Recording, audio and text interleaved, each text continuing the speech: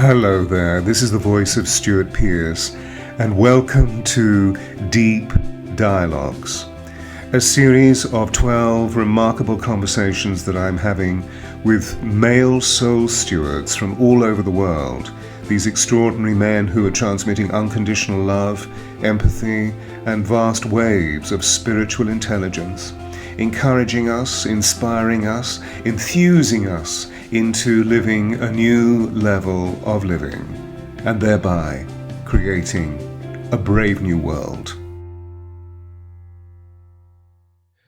Hi, Yasmin. I can see all these wonderful people. It's a pity you can't see them. So yeah, last week we had who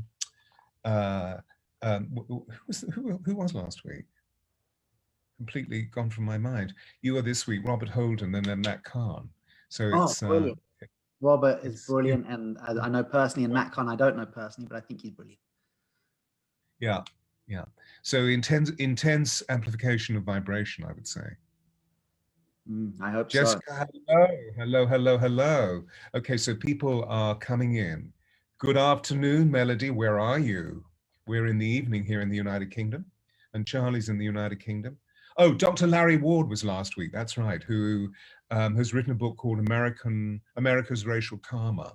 Who's an African American gentleman, an elder, and he is Thich Nhat Hanh's right hand, and over the he's developed this whole thesis around America's racial karma. That was amazing. He is quite something, is Larry. So this is exciting. Thomas, how wonderful to see you. How lovely. And Alex, hi, both of you. Looking forward to hearing. And Agnieszka, how wonderful. Okay, so I think we should start because this gentleman is chomping at the bit.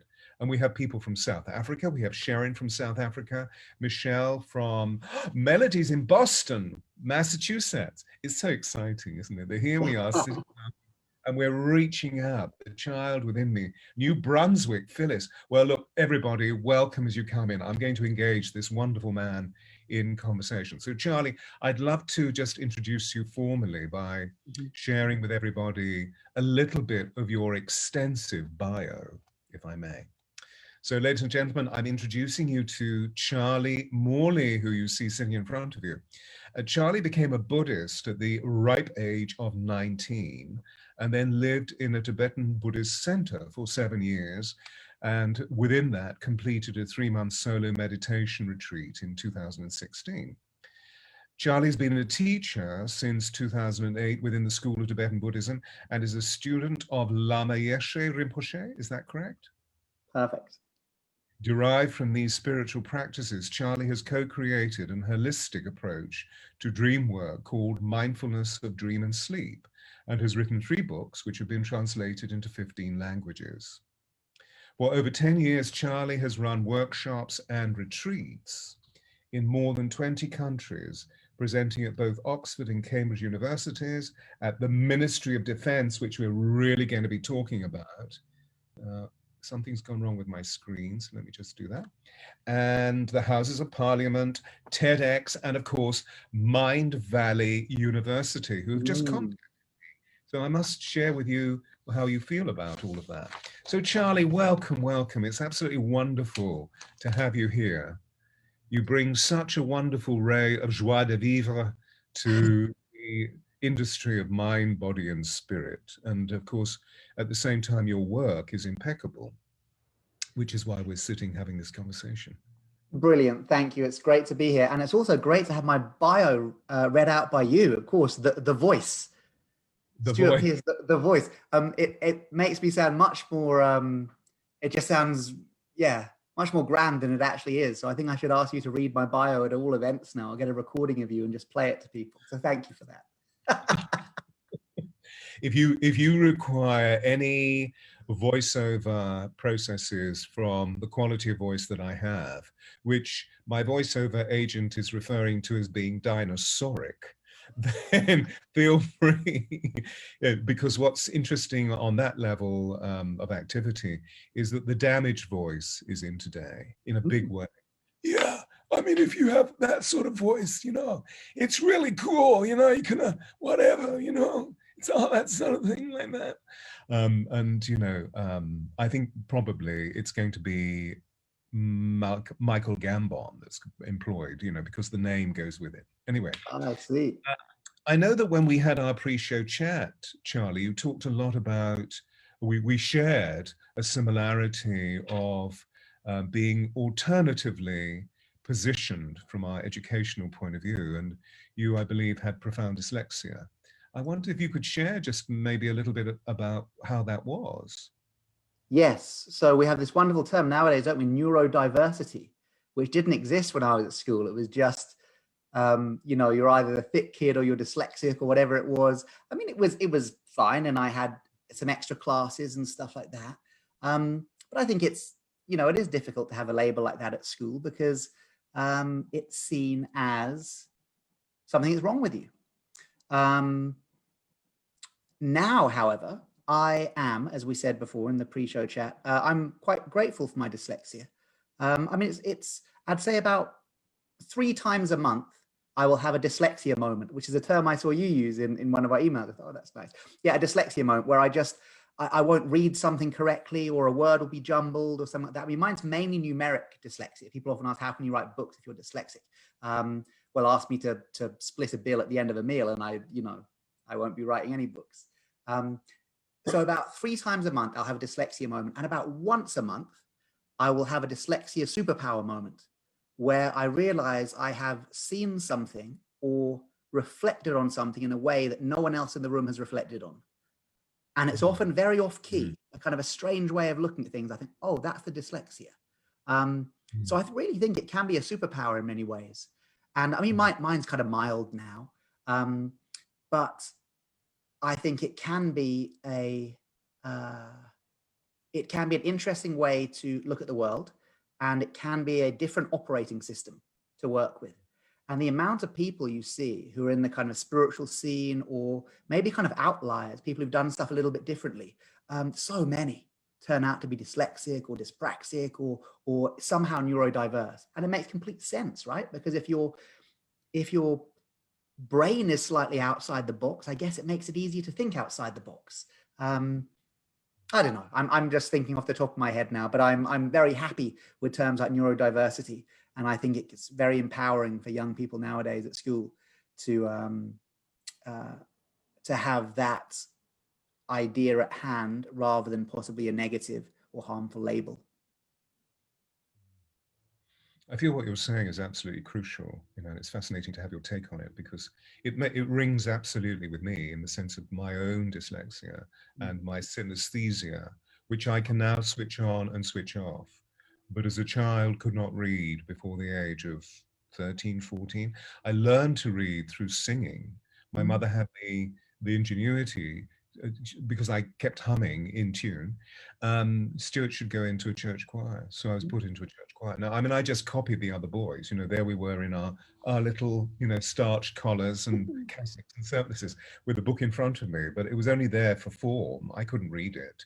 But then suddenly I realized that the notes, because I became fascinated by duration of tonality, which was the beginning. I mean, that's how I would define it now. Obviously, then it was just a sensation because I could see it. I literally could see it as a wave in front of me. So I saw the notation as a contour, and I just followed the landscape of the contour. And then I realized that under the notes were words. And so as I sang, I was reading in flow. Whereas when I'd been taught to read in speech, it was all and of course, you know, that feeling that you were just saying about your own dyslexia, I'm sure that when you were at school, you had challenges when you couldn't do it and your body froze, and neuro breakdown, so to speak, or neuro fallout, simply because the teacher was hovering there. Oh, that was the worst when they used, still now, if I'm typing, because I know my spelling's still very sketchy. If I'm typing and somebody's looking over my shoulder, watching me type an email, I mean, I can do it, but it's very stressful for me. And I will turn and say, this is my worst nightmare situation. Someone watching me type, do you mind if you stand over there? And people are usually fine with it, but yeah, I've really still got a trauma trigger for that. You know, the kind of large figure standing over the shoulder. Oy. So, I mean, we know that what we're perceiving on one level is that their facilitation may be correctional and may be critical. But actually, on out of the box level, my feeling is that the way that you best operate, the way that I best operate, is if my field is expansive. And if anybody comes into my field that is not in sync with me, because there is love in their heart or there is positivism in their intention, then I can feel it in the vibration and I begin to close down. It's something that I call going haywire, because literally my electricity goes so I look like this really, really cool, calm person in the world. But there are some people when I'm standing next to, I feel everything, and if they're disturbed or if they're maniacal, could not stand next to Mr. T. Pick him up immediately. Anyway, so we have this alternative ability, which is extraordinary, to an expanded level of consciousness. Now, this, I mean, through this, somehow you fell into the lap, as it were, of Tibetan Buddhism. How did that happen? Yeah, it was. It may have seemed like I fell into the lap. It happened through quite a wild ride to get there. So when I was kind of 14, 15, I was pretty wild. I was getting involved in kind of gangs and drugs and stuff like that. Then when I was 15, 16, the kind of gang stuff faded, and I started to read about Buddhism. And I got a book called The Art of Happiness by the Dalai Lama. I remember the only reason I got that book was because I had a £5 gift voucher from my nana. And we were at the airport and it was on like offer. Now at that time, at 15 years old, I thought the Dalai Lama was the head of the Shaolin monks, martial arts, monks, which I thought was really cool. These monks who are good at fighting and stuff like that. So that was kind of cool enough for me at 15. So I actually thought I bought a book on martial arts, but I thought, well, why is it called The Art of Happiness? Anyway, it's only thing I can get for my £5. So I got it, and then it was, I mean, this sounds mythical, but it is really what happened. We then got on a plane to Australia for this family holiday at the turn of the millennium, I think. So maybe I was just turned 16.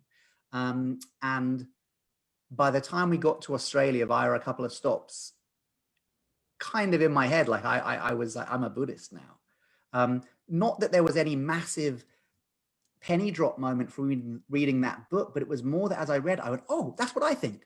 Oh, that really makes sense. Oh, I've always thought that, but never known how to say it. And the Dalai Lama seemed to be speaking about this kind of philosophy, this lifestyle, which really resonated with me. However, I was 15/16, and part of me knew that Buddhism was going to be a big part of my life. And I'd been reading about this, no intoxication, no stealing, no lying, no eating meat. And I thought, God, I'm sure that's good in the long run, but I want to have a bit of youth. So I very self-consciously said to myself, I'm going to give myself from 16 to 18, while I'm at college doing my A-levels, just full license to party. And then the day I leave college, I'm going to shave my head, which I thought you had to do to be a Buddhist, which of course is rubbish, but I'm going to shave my head, I'm going to become a vegetarian, and I'm going to be a real Buddhist, start going to a Buddhist center. So I did have a couple of years of real partying. And then the day I left college, I had long hair, long ponytail. And the day I left college, I cut it and I sent it to this place called Locks of Love. And they make real hair wigs for kids with leukemia. And then like 6 months later, you get a photo of a kid wearing your hair, wearing a wig. So I did do that.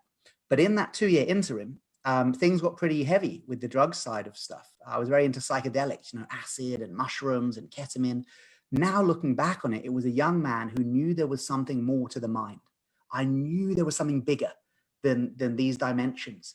And I guess I didn't have the wherewithal or the knowledge of how to meditate yet, but I knew that if I took this little tab of paper with some LSD on it, my mind expanded.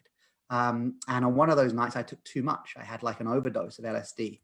And well, it was LSD and ketamine combined. And it was a real kind of, I had the classic near-death experience, the tunnel of light. It was very interesting, actually. It wasn't images of my life. It was photos in frames of me at that age, then younger, then younger, then younger, then getting to baby. And then I remember thinking as I went down the tunnel, what comes before baby? And then boom, everything became black. This infinite void that had been there forever.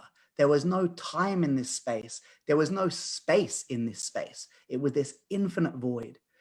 And in that void, a voice spoke to me, but it was my voice. It said, Charlie, do you want to live or do you want to die? Like that, just completely neutral. And I remember going, live. And as I yelled live, or I perceived that I yelled live, these drums started, went boom, boom, boom, boom, boom, boom, boom, boom, boom. And I thought, where are those drums coming from? And then I realized it was the sound of my heart restarting. It was like my heartbeat. And then suddenly my eyes open, my friends are standing over me, and then I black out again, they're standing over me, and it's this whole thing. So I had a full-on near-death experience. And it was after that near-death experience that led to terrible nightmares and terrible panic attacks. The nightmares led me to get really into lucid dreaming to cure the nightmares, and the panic attacks led me to get properly into Buddhism, really start learning to meditate, because just for my mental health. So Tibetan Buddhism did fall in my lap, but it fell in my lap after, climbing my way up a traumatic few years to get there. Yeah. And then when I was 19, I formally became a Buddhist, which is where you like get a new name, they take a bit of your hair. It's kind of like a christening, but a Buddhist version. And you were there for 7 years. Yeah. So I was just kind of into Buddhism in my early 20s. And then 25, I think I moved into the Buddhist center. Was there for, just under 8 years. And now I live down the road. I'm literally on the same road as the Buddhist center. That was my level of attachment to Buddhism was so great that I couldn't move more than 100 meters away. So I can still, before lockdown, I could still visit regularly and still be part of the Sangha. And did you visit Dharamsala? Did you go to? I've never been there actually, but I've done Bodh Gaya a few times, which is the place of the Buddha's enlightenment, and the 4 places of the Buddha. So there's his enlightenment, his birth, his death, his first teaching. I've done that a few times. And I've done Bhutan and Nepal, but haven't actually been to Tibet, which strikes some people as strange. But actually, a lot of Tibetan Buddhism sadly isn't in Tibet anymore because of the Chinese invasion. There's a lot in the Himalayan regions, and actually a lot in the West. America, England, Germany, France has so many brilliant Tibetan teachers now that you don't have to go to Tibet anymore. But of course, it's a power place. So I would love to go. But for some people, they say it can be a little bit depressing. The Communist Party have done some things like turn pretty famous shrines into like public toilets and stuff like that. Just no need to do that. I mean, destroy it if you want, bulldoze it. Don't turn it into a toilet. There's no need for that. Thereby hangs a huge story, having been to Tibet myself, but also having worked in China. Yeah, I did the Kailash Trail. Oh wow, I'd love to do that. How was it? Pilgrimage. Well, astonishing. I nearly lost my life. But that's the point, isn't it? I lost my life to live another. Which is one of the reasons why, your story fascinates me in the sense that I'm constantly meeting birth, death, and resurrection. And although I didn't pass out, I had a similar experience of seeing the photographs, as you were talking about. Oh, wow. And it was actually when I was being held up by my neck by a very, very strong young Afro-Caribbean gentleman on the subway at about 8 o'clock in the evening, when I was actually trying to get from Chalk Farm down to the Globe, and there was nobody around. And he was very, very, very angry with me. So he had a knife at my throat. And I knew that if I didn't do something, it was going to go into my throat and my life was over. So I started to go towards the tunnel and started seeing all the photographs. And then a voice inside me looked into his eyes and said, I'm really, really sorry. And he shouted more and cussed more. And I said, no, I'm really sorry. And he dropped me. And I realized that in that moment that nobody had ever honored his anger. And what I was doing, honoring his anger. So it was an extraordinary prismatic moment, but not one where I was, about to physiologically completely break down. Actually, if you look at what classes as a near-death experience, that would still class as a near-death experience. It is the expectation of death, where one is faced with the expectation of imminent demise, still counts as an NDE, actually. So that would absolutely count. And of course, I speak of it very lucidly now. I mean, at the time, I was terrified. I was shaking. Oh, yeah, absolutely. I know. Physiologically in overdrive, Yeah. and then got on a subway and went down to the Globe and went into a meeting with people saying, "Are you okay? You look a bit white." And I said, "I've just had one of the most terrifying experiences." However, I feel that I was in the right place at the right time to experience that, to shine light, to give grace to this extraordinary young man who was evidently socially disenfranchised and going through the classic syndrome that so many of our dear young ones go through when they arise out of inner urban violence and so forth. And during your time as you studied, I guess, I'm trying to find a word that perhaps you can introduce us to a word, because it's not really a study. That feels like an evocation of something from the past, that you were actually really engaged in a mind, body, spirit experience of what consistent meditation is all about to achieve Buddhahood. Is that a good way of putting it? It's a brilliant way of putting it. I just wish I could admit to actually doing that. My time in the Buddhist center, okay, living in a Buddhist center is a bit like, remember I wasn't a monk living there. I was living with monks and nuns and Lama Zangmo, but I wasn't. I was a lay person living there. So it's a bit like living in Wembley football stadium. If you love football, living in Wembley football stadium would be brilliant, because you'd go to all the matches, you'd know all the teams, you'd meet all the coaches, you'd get the vibe on match day, But if you didn't like football, living in Wembley football stadium would be a fucking nightmare. Exactly the same with living in a Buddhist center. So luckily I love Buddhism. So as Lama Zangmo, the wonderful female Lama who ran the center, she was actually the first Western female to be given the title Lama. Brilliant woman. And she once told me, Charlie, if you can't meditate in a Buddhist center, you can't meditate anywhere.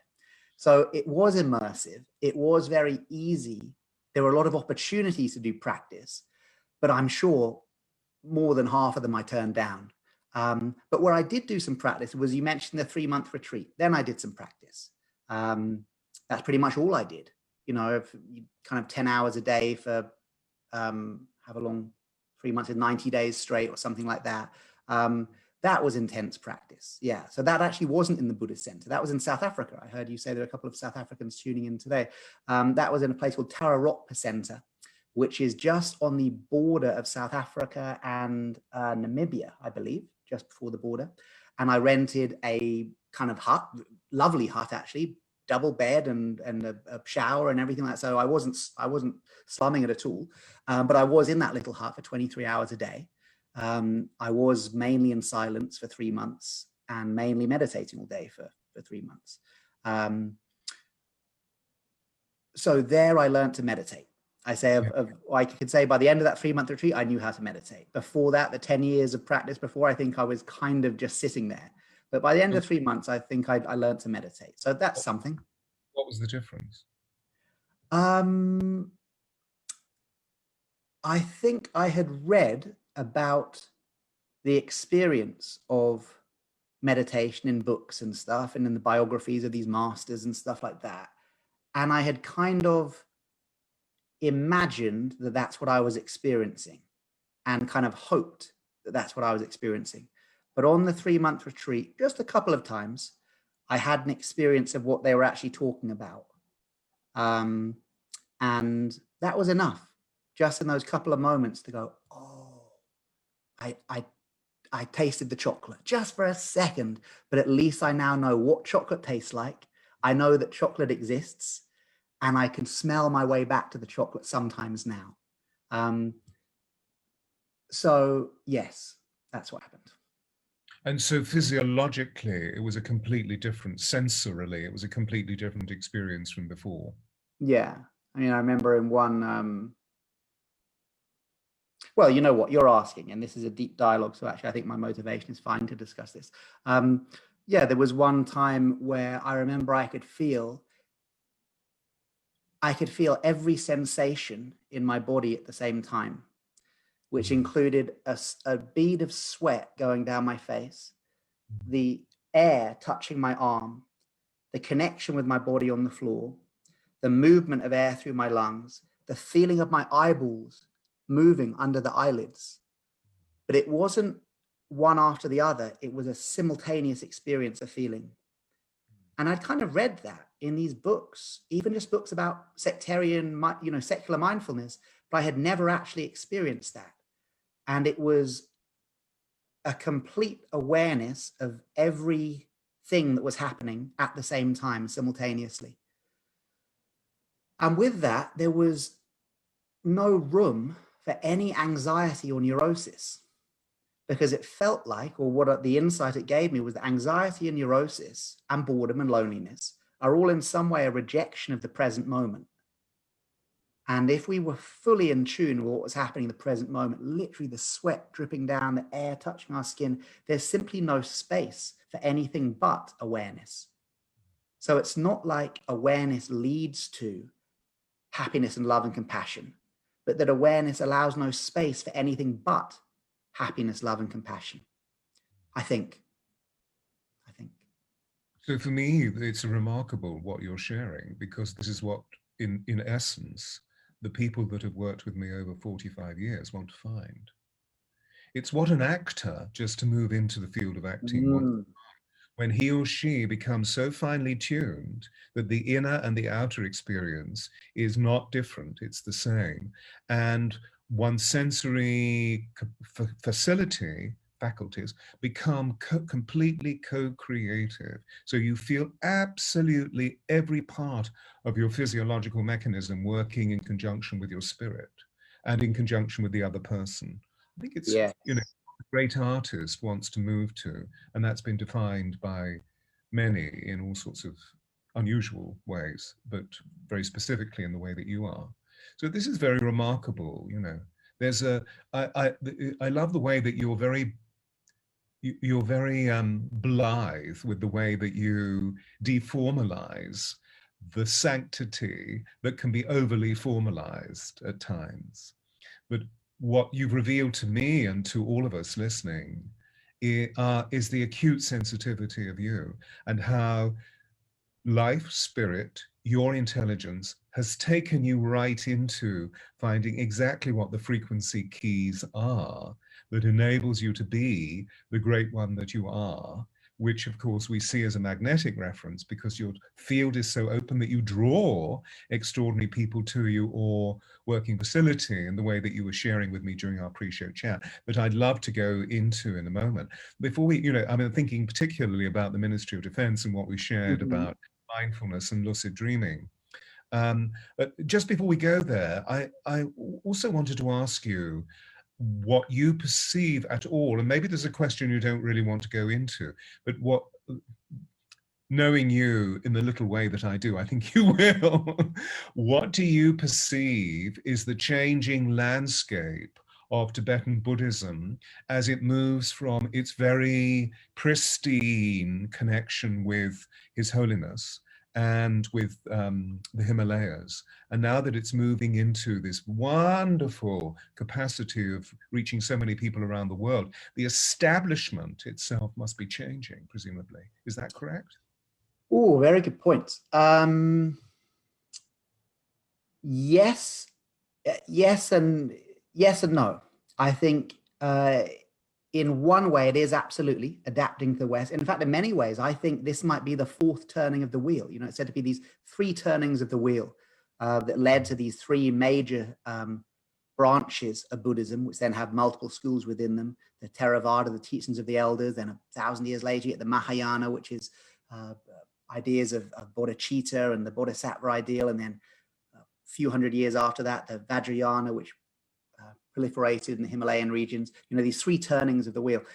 And I have heard people talk about Western Buddhism being this fourth turning, or well, not Western Buddhism, Buddhism in the West being the fourth turning. And if you look at how the arrival of Buddhism in the West has affected science, in particular mindfulness. I mean, mindfulness nowadays can be presented in a completely secular way. And yet, most of the mindfulness techniques that are presented in a secular way, you find them literally in the Buddhist textbooks. And before the Buddhist textbooks, they came from the Hindu traditions. You know, Buddha wasn't inventing new stuff. He was presenting stuff in a different way. So I think that perhaps the kind of revolution of mindfulness and the huge impact it's had on mental health could well be part of this fourth turning of the wheel. And we imagine that it might be some like version of, oh, you know, Western Buddhism, but maybe it's not that. Maybe it's actually more complete than that.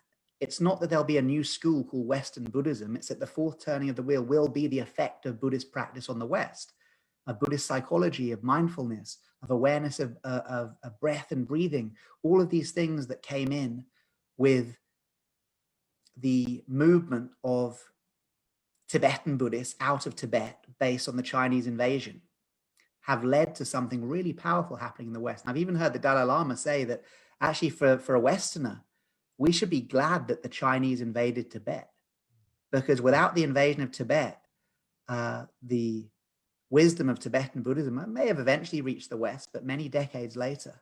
So perhaps this is part of it. So there's one side. And then the other side is, I think there's a kickback in the other direction of seeing, that mindfulness and the movement of Buddhist practices into mainstream psychology is watering down the original forms of Buddhism, and that there's a more traditionalist approach, which is kind of closing ranks a little bit more. So I've seen both, and spending the time in the Buddhist center, I was able to see both sides of those coins. And I have respect for, I really see why both these things are happening. One is, let's totally open it up. Look how brilliant this is for people's mental health. These ancient teachings can really help people with panic, with trauma, with disorders that they're working with. And then I also understand the other argument, which is, but we're watering it down. We're losing the essence of it. We must keep this pure to the Tibetan roots. So there's both. Fascinating. And of course, the having seen how Tibetan Buddhism is very alive in mainland China, largely as a result of the fact that the Chinese, having been through so many decades of Mao Zedong and the communist revolution, that where religion, of course, or any form of spirituality, any spiritual practices were completely banned. You know, if you engaged, it was under the threat of death. And now that so many of the Chinese are so traumatized by that they have huge guilt in attitude towards Godhead. And so they're all turning to Tibetan Buddhism, hoping that it's going to burn off their karma so that they won't die of cancer, because cancer is the #1 disease. The proportion within inner urban communities within China is that it's raging at 95 to 98% of the population die of cancer. Wow. So they're that up. Was when I was there for the British government doing a series of The Power of Presentation with Stewart Pearce, which is this thing that I do in the corporate world. But what was interesting is that many of the high legation did not come. And so the organizers said, well, we've noticed that you do all this stuff with angels. Could you teach that work? Because people would love it. No way. You taught that in China? I don't quite think that, to be honest, I don't quite think that this fits. But I know what does fit, because you've shown me around the whole of Beijing, and we've been to the Great Wall, and I'm seeing Tibetan Buddhist monks. And you remember there was a fallout when I mentioned His Holiness the Dalai Lama. You cannot mention his name in mainstream, but there are Tibetan Buddhist monks wandering around. And so I did a 2-day workshop on Shambhala, because they said, well, can you teach? Can you? And I said, of course I can teach it. I'm not actually invested as a Tibetan Buddhist monk, but I've spent 7 years watching and being with His Holiness the Dalai Lama. And I had the great joy of spending 5 days with him when he taught us the bodhicitta. That was extraordinary. I sat right next to him. I mean, I had to get as close as possible.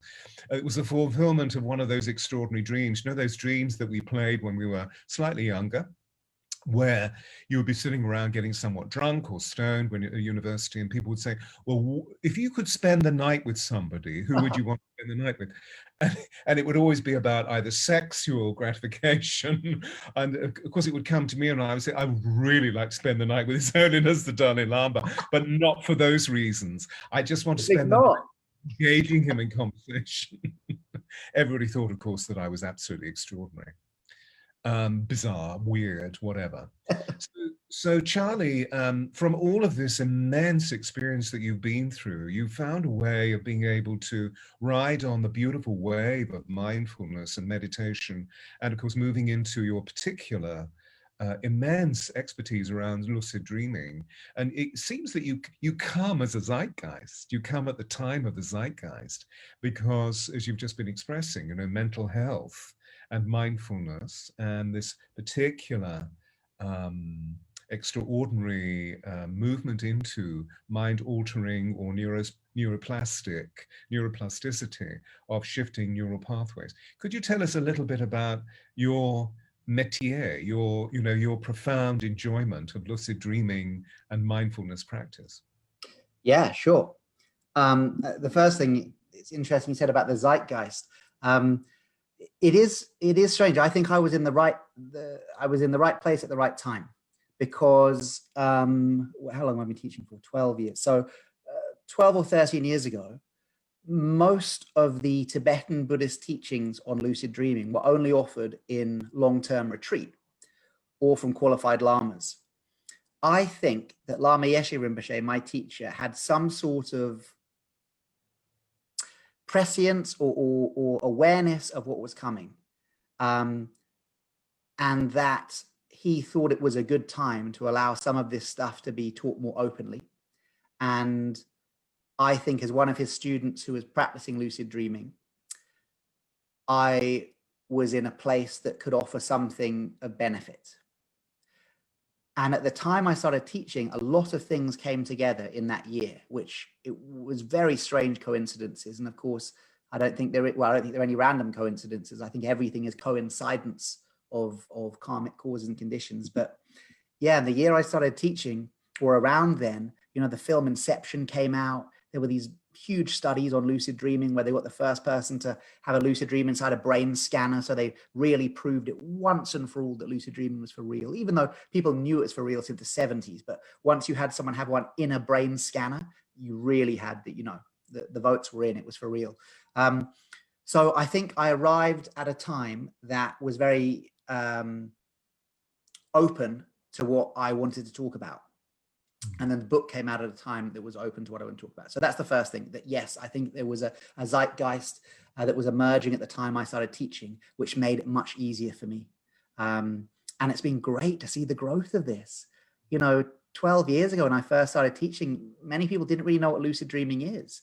Now, well, actually it's a generational thing. Now, I mean, if you're under 20, they all know what lucid dreaming is. Really, totally household name. They all know what it is. Under 30, most people do. Under 40, which, what am I now, 37, so kind of, I'll say my generation, yeah, maybe 50-50. And that's where I'll stop, because I don't, this is my age. I don't know about the older generations. They seem much wiser than me. For anybody who's listening, could you synthesize lucid dreaming is? Oh yeah, sure. Let's do this. Let's cover the definition. So a lucid dream is a dream where you know that you're dreaming as the dream is happening. So it's not just a really vivid dream or a dream that you remember really well in the waking state. It's specifically one of those dreams where you're dreaming away, but in the dream you go, oh my God, this is all a dream. Now, often that realization is so exciting that you wake up. So people listening might say, oh, I've had one of those, where as soon as you realize that you're actually in a dream, you wake up 5 seconds later because you're so excited. Or maybe people think, I've never had that. I would ask them this: have they ever had a nightmare where in the nightmare you've gone, I've got to wake up, I've got to wake up? If you have, that was actually a lucid dream too, because the moment you acknowledge there was a place to wake up to, you would acknowledge you were in a dream. So a little footnote on that, kind of a takeaway for people. If you are ever aware in a nightmare again, so you're in a nightmare and you go, oh, I'm in a nightmare, I want to wake up. My advice is this: don't wake up. Stay in the nightmare for as long as you can. Because I know it sounds crazy, doesn't it? But hear me out. So as the great Krishnamurti says, the seeing is the doing. Every time we wake ourselves from a nightmare, the unintegrated trauma or psychological energy that led to the creation of the nightmare remains unintegrated. That's why our nightmares repeat. We think, why doesn't that dream where I'm having a dinner date with my favorite Hollywood celebrity, why did I only have that once? Because it was integrated in the moment. The dream wasn't rejected. It wasn't ended early. There was no need to have the dream again. But the nightmares, they recur, not because they're punishing us, but because they will recur until they are completed. Anyway, so a lucid dream is a dream where you know you're dreaming as the dream is happening. I basically teach people how to do that at will. So rather than just waiting for these spontaneous ones, there are a set of techniques you can do to learn to have them. Why would you want to have lucid dreams? Apart from it just being really fun and being kind of inside your mind in this virtual reality simulation? Because once you are lucid in a dream, oh, I've got my brain here, this is perfect. When you're in a non-lucid dream, the back part of the brain is highly activated, but the front part of the brain is switched off. This is where your kind of sense of self seems to reside or will be linked to. In a lucid dream, this front part of the brain switches on, the prefrontal cortex. And when it switches on, you mentioned this already, neuroplasticity becomes engaged, which is the ability for you to rewire your brain in favor of a newly learned skill. What does this mean? It means once you're lucid, you can rewire your brain while you sleep. Now that sounds like a hyperbolic statement. It is absolutely true. Once you're lucid, the brain doesn't think you're dreaming about doing something. It thinks you're actually doing it, which is why if in a lucid dream, you integrate a phobia, you transform a trauma, you work with a spiritual practice, you could use a kind of a family dynamic, a bit like family constellation, to do a healing, an ancestral healing. If you do that work in a lucid dream, the brain doesn't think you imagined it. It doesn't think you were hypnotized into it. It doesn't think you did a shamanic journey about it. It thinks you actually did it, because there's no difference from the brain's point of view between a lucid dream and the waking world. And that's why lucid dream is such a powerful healing modality. And that's why the work with veterans is so strong, because if they can become lucid in that dream that they're back in Iraq, and rather than, running away from the trauma, just stand there and know, I'm not really back in Iraq. I'm dreaming I'm back in Iraq. And because this is my dream, I choose not to run. I choose to face this with mindfulness and with compassion. If they can do that, again, the brain doesn't think they imagined it. The brain thinks that they were back in Iraq in that exact same trauma, but this time it didn't end the way it ended. It ended with them facing the fear or transforming it in whatever way. So it's a really powerful healing modality. And I'd love to go into that if in a moment, about how, because we've leapt into how you became involved in the Ministry of Defense and how you are working with war veterans. And that's absolutely crucial. And I know will stir and move all our listeners. And there's just something I wanted to drop into our conversation about, oh God, this would have been the late 70s, so how many years that is.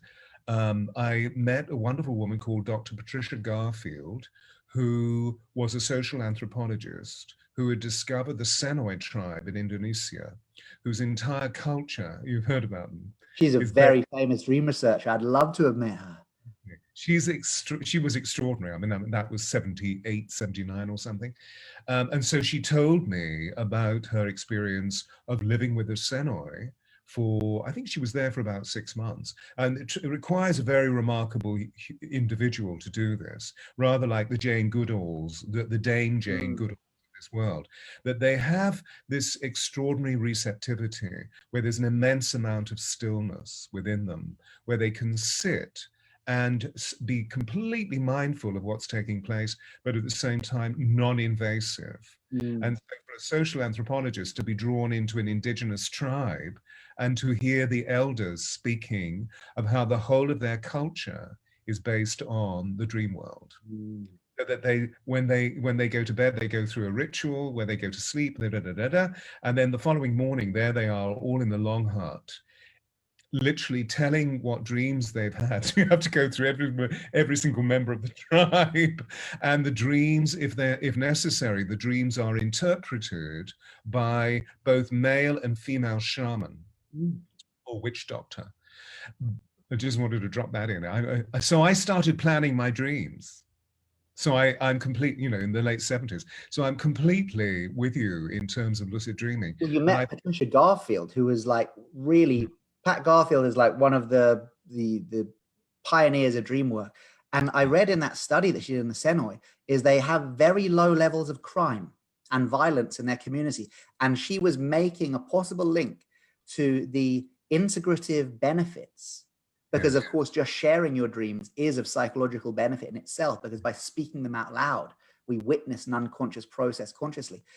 She made the link between their lack of violence or lack of crime in their community and the sharing of dreams, which has just been backed up by a study done by Swansea University last year that showed that sharing your dreams increases empathy. So they did studies on empathy levels, and people who shared their dreams in the morning had much higher levels of empathy and much higher levels of connection with the person they were sharing with. So I thought, maybe she was right, because we've... I'm completely. I'm completely. And I remember also her talking to me about the fact that this was all those years ago. Things possibly have changed, and I haven't gone into the full environment that you're very much an exponent within. That science doesn't really know why we as mammals lose consciousness in the way that we lose consciousness, because we are the only mammals that move into deep theta and delta states of consciousness when we sleep. And so the hypothesis that was put forward is that when we sleep, we move back into the collective unconscious. So we become all one, and that when we are awake, we have this perceptible illusion that we are in separation. Oh, wow. That's very Buddhist. So I feel that, what you're doing, I'm just very excited by what you're doing. I also have the ability to see things. And so as you share with us, I see a tremendous amount about your vibrational frequencies. And there's a lot of information that I would love. It's completely non-invasive, and it will come from an absolutely loving space. But I'd love to share with you about the extraordinary nature of what you're doing and how you were awakened at the time that you were awakened. But back to you. So I'd love to give you a gift of that for Christmas. I'd love to experience it. That sounds amazing. We'll get together, and it's something that I call a soul reading, where I provide people with destiny checks. It's all in your favor, of course. That's the wonderment. It's all about that rippling sense of co-creation. Be able to see all my dirty secrets, or will you pretend you haven't seen them? I've already seen them. Oh, damn. I look into people. But back to where we were. So it's so wonderful the way that you speak the measures of what you have discovered and how you experience them and how you've allowed others to experience. And then I think, am I right in saying that in one of your workshops, here was this guy who moved through an extraordinary experience within the workshop. You didn't know his status. You didn't know that he was a vet. I mean, war veteran. Because that's very American, isn't it? And I remember one of my first trips to America when people were talking about Vietnam vets. I saw all of these veterinary doctors wandering around. I see, yeah. And then, of course, I realized in my innocence. And then he revealed to you what his status was. Is that correct? Yeah, so I mean, just what you said. I'm just going to say it in a much less eloquent way. That this Army veteran turned up at one of my retreats and had quite a powerful experience with the lucid dreaming and integration of trauma. And in his words, not mine, his words, he said, I integrated more of my trauma in that 4-day retreat, lucid dreaming retreat, than I did in 4 years of therapy. And he was the first veteran, and we became friends. And then a couple of years later, he had trained to be not only a Buddhist chaplain in the armed forces, but also a mindfulness teacher, specializing and offering mindfulness meditation for serving military, but mainly ex-serving, so veterans. And then he asked me if I would like to come and share some of the same techniques that he learned with his group of veterans. And I didn't turn it down, but I did when he asked me, I went, mate, you're the only veteran I know. I've got no skill set to deal with this. What if they don't like me? What if it doesn't work? What if someone gets traumatized? All of my self-doubt was going off. It's about 6 years ago, I think. But I came along and gave just a couple of sessions on this 1-week veterans retreat. And the couple of sessions I gave seemed to really help some people. Not all of them, but some of them were greatly helped. So then the next year we did it again. I gave a few more sessions. And then, now this year or the year before, we were doing, a pretty even split between the mindfulness and the lucid dreaming. And I developed a set of techniques that are kind of tailor-made to the veterans, because some things are not so good for people with trauma that I would teach to a crowd who are not currently working with trauma. So it's kind of certain practices which are specifically good for people with stress or trauma affected sleep patterns, one of which is lucid dreaming, as I described. But the other 4 are not lucid dreaming at all, actually.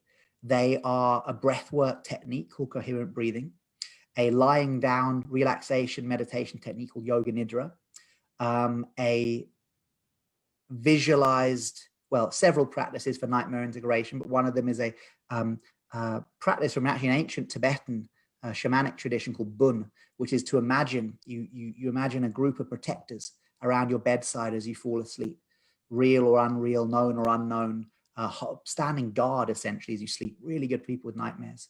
And what's the other one? Oh, sleep awareness. So learning about sleep and keeping a sleep diary and stuff like that. And then the fifth foundation is lucid dreaming. Amazing, amazing. We have many parallels as you speak. It just reminds me of so many of the people. One always wonders where people come from. You know, people come from all over the world to seek me out for sound healership. And what I have are a series of breathing techniques, which I've been using for years and years and years, and chanting, or as I call flowing tone. And as we engage with that, we move it automatically into an altered state of consciousness. Because what's interesting is when you chant, you can't think. It disturbs the neural pathways to such an extent that there is this in extended chant. And I mean, the longest I chanted, I guess, was probably for 5 hours solidly, solidly sounding, and only using the Om. 5 hours of Om. Wow. You must have been buzzing by the end of that. It was extraordinary. This is a remarkable Swami who is now, he was from Mauritius, who is now living and has an ashram in Germany. This is Swami Vishwananda. And he, in the early part of this century, he was a great teacher. He's very young, but a great, great, great teacher. And I always remember taking him my first book, The Alchemy of Voice. And of course, being a profound dyslexic, I was so proud that I had this book. And I offered him, and I said, Swamiji, I brought you my book. And he said, oh, my dear, how wonderful. And he did this. And he said, it's very good. And he gave it back to me. And he just read the whole thing. And he said, is there a problem? And I said, well, I want to give it to you. And he said, I've just read it. Exactly. And I said, so what's it about then? What did he say to that? He said, it's about the anahata. Oh. And I went, oh, shit. Okay. So I said, absolutely. And he said, do you know what it means? And I said, actually, no. What does it mean? He said, anahata in Sanskrit means the unstruck note. So you see, what you're doing is you're striking everybody's note, possibly for the first time in the conscious evolution of the human species. Because my practice is that I introduce people to their note, that we each have a note.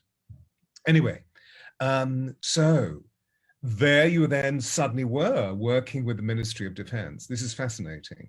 And so from this lofty, eagle-eyrie position, you have obviously observed a lot of the symptomatic effects that are taking place within our cultures at this time, and particularly this year of this very, very remarkable situation. From your perspective as a Tibetan Buddhist, as a meditation mindfulness teacher, as a lucid dreaming exponent, what is your take on COVID?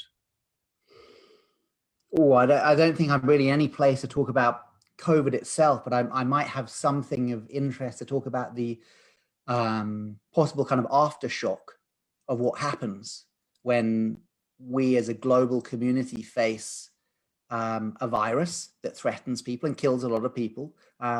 Gladly, not nearly as many as were predicted to be killed, but still. And secondly, the global lockdown.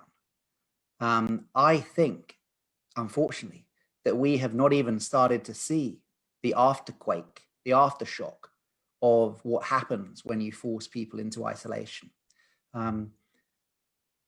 With PTSD and trauma, it seems to be that the kind of analogy I use is like a weight.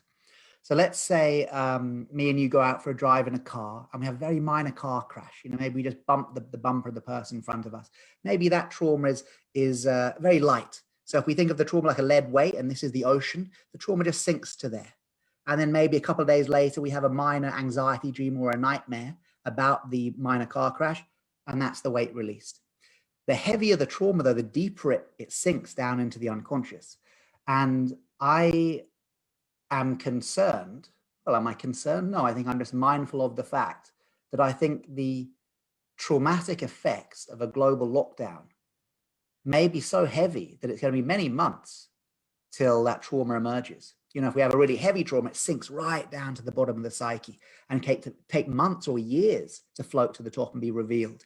And it will be revealed either in nightmares, if it's the night, either in nightmares, in panic attacks, in neurosis, anxiety, it will be revealed. It's energy. Energy cannot be destroyed, simply moved from one place to another.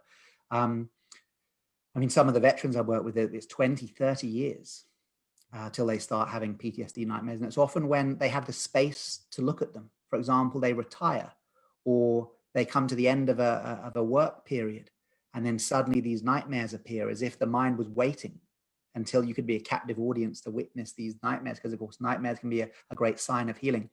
So I worry that as we move into the second lockdown now, we probably haven't even had the aftershock, traumatic aftershock of the first lockdown yet.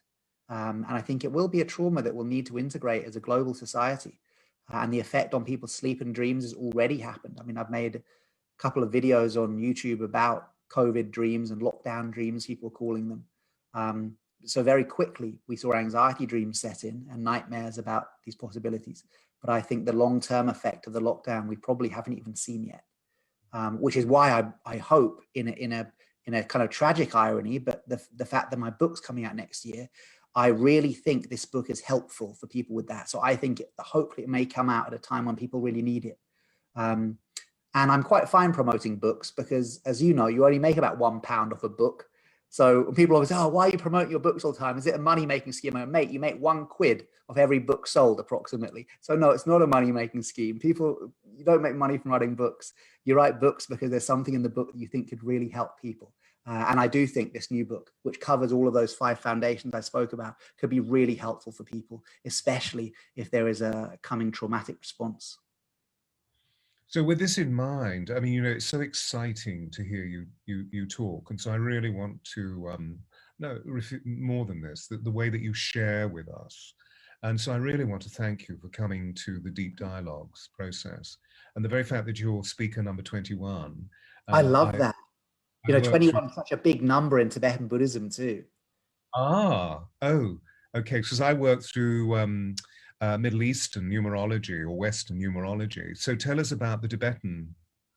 Oh, why is 21 a big one? The 21 praises of Tara. So these 21 emanations of Tara being the principle of female enlightenment. And she appears in a peaceful form, in a wrathful form, in a playful form, in a mothering form, in a lover form. You know, it's these aspects of feminine, of the enlightened female. Of course, it's 2 and 1 is 3. So the triumvir, the body, speech, mind, Buddha, Dharma, Sangha. God, 21. I'm having a mind blank now. I'm having a dyslexia moment, but yeah, 21 is a big number in Buddhism. And I know one thing for lucid dreaming, it said you do your recitation 21 times. So as you're falling asleep, you do 21 recitations to remember your dreams, or 21 recitations, affirmations, sorry, to have a lucid dream. So 21 is very significant for me. And there's a resonance also in the mindfulness community, which has been given to us by the neurobiologists or the neuroscientists, that if we practice a skill for 21 days in very, very deep theta or in alpha, that the skill becomes, it literally rewires neural pathways. It becomes a much more profound skill. And, you know, there is actually a resonance there which goes all the way back to the ancient craft guilds. That it would take 21 years to become a master. So for 7 years to become an apprentice, you'll be taught by a journey person, and then you could take tests overseen by the journey person and the master, and you would work for 7 years with the journey person, and then you would be seen by the master, and you would work for 7 years with him, and by the time you reach that 21 goal, you could become a master. You would be a legitimate member of the guild, the virtual company of tallow makers. Oh, so I love that. I wish it took 21 years. I wish we made it today that people in the spiritual community couldn't use that term master till they'd done at least 21 years of practice, because we throw that around. You and I will create a revolution. I mean, I'm always saying to people, you know, when young ones come to me and say, well, I'm a master Reiki practitioner, I was like, well, how long have you been practicing it? Because you seem very young. Oh, I did a weekend course. And I said, listen, you are not a master. 3 weekends, you can become a Reiki master. Now, I should say, I have full respect for Reiki practitioners, and Reiki is a powerful healing form, but a brilliant example of a kind of misuse of this term master. I mean, that's crazy, right? So I think we're obviously rewiring neural pathways as we speak. Well, unfortunately, our time has just skipped by. It's been such fun. But before we close, I would love to ask our wonderful people who are listening in so many amazing things. So Vicky Ridgway Parton, my spouse has PTSD, didn't show itself until after retired from the military. Well, Charlie, Vicky, Charlie is going to mention his website, which is? charliemorley.com.